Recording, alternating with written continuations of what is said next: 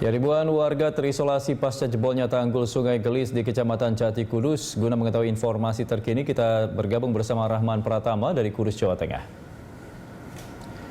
Ya, Rahman, seperti apa kondisi terkini dari tempat Anda melaporkan?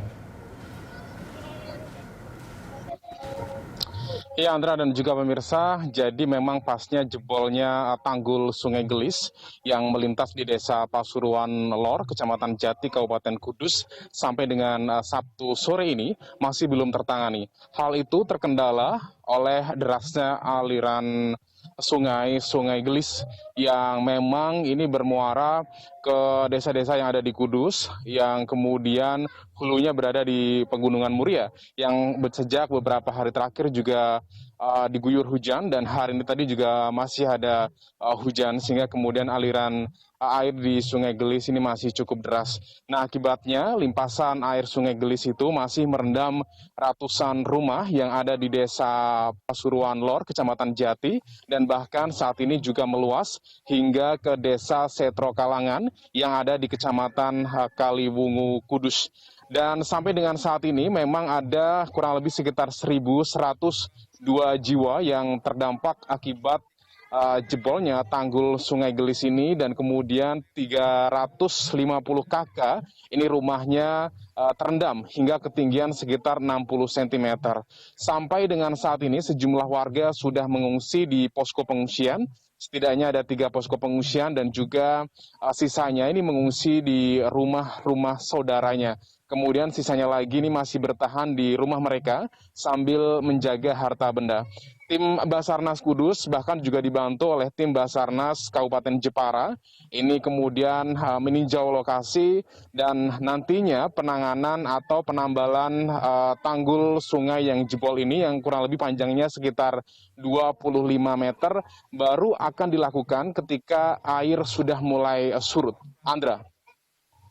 Ya, lantas apa saja yang terdampak hingga seperti apa penanganan dari Pemkab maupun instansi terkait?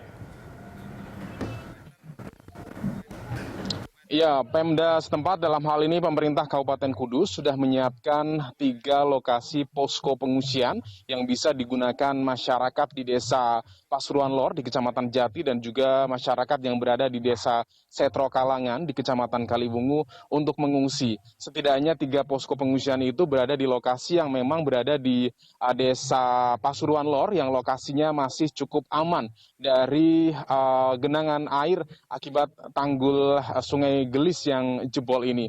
Dan ada juga dapur umum yang didirikan oleh BPBD Kabupaten Kudus ini untuk menyuplai makanan bagi warga yang terdampak banjir.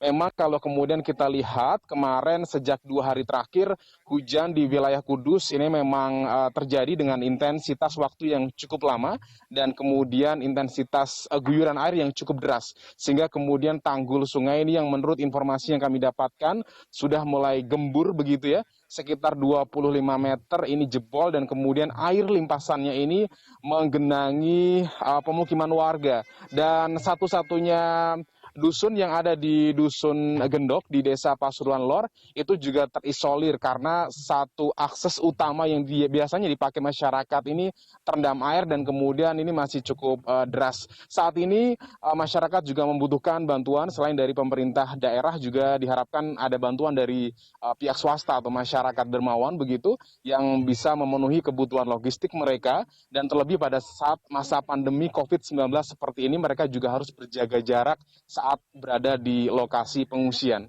Andra. Ya, baik. Terima kasih atas informasinya, Rahman Pratama melaporkan langsung dari Kudus, Jawa Tengah.